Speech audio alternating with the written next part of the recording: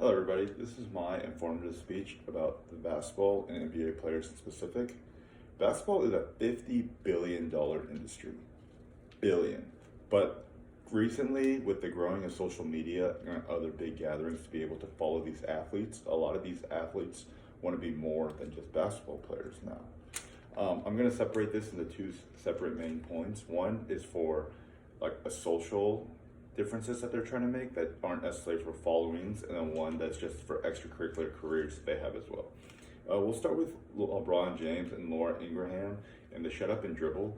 Laura Ingraham is a Fox News anchor that back in 2018 told athletes like LeBron to just shut up and dribble when they had disputes with things such as President Trump back in the day.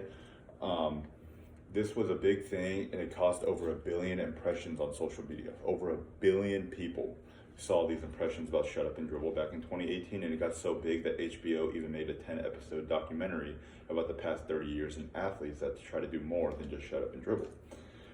Something else that has happened is Draymond Green created a podcast that he now calls The New Media, which is the athletes doing their own medias talking about sports themselves rather than letting sports anchors and sports channels bring the news to these common local like humans that just like to watch the sports, such as Skip Bayless and other sports anchors and podcast people now are getting very upset about this because even LeBron James again has uninterrupted, where he had people such as Nick Saban show up in a barbershop and just talk about sports in a more raw way that these sports anchors are just not able to do.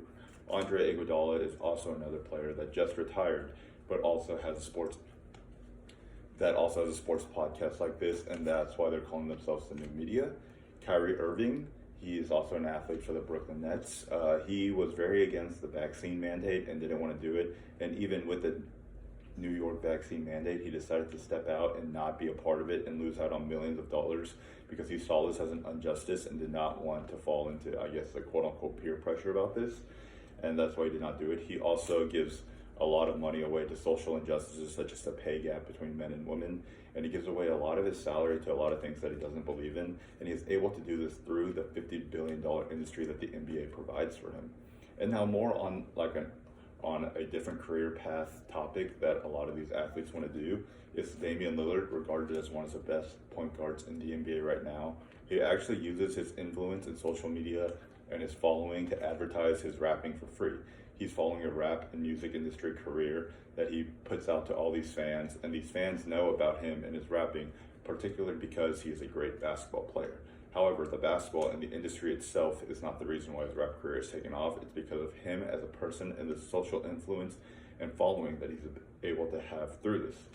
Gordon Hayward, back in 2014, made it popular for now athletes and other people to come out and do video games.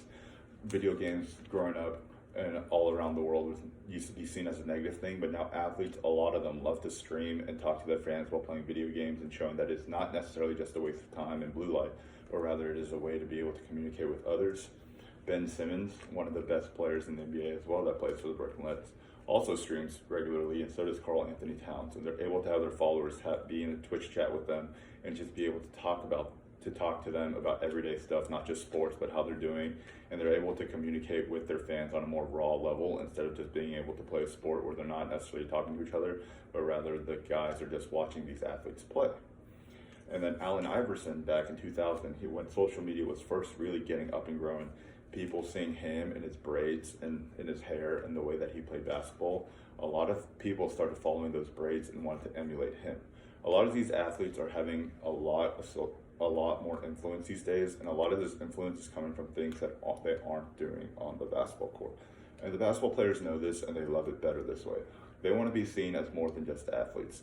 Basketball is something that they do as a job, but even as us regular people, we don't want to be defined as our careers. Our careers are not defined us, but it's rather our passions and what we enjoy doing, and that is why these athletes are starting to do this and using their social media presence to be able to help gain a following.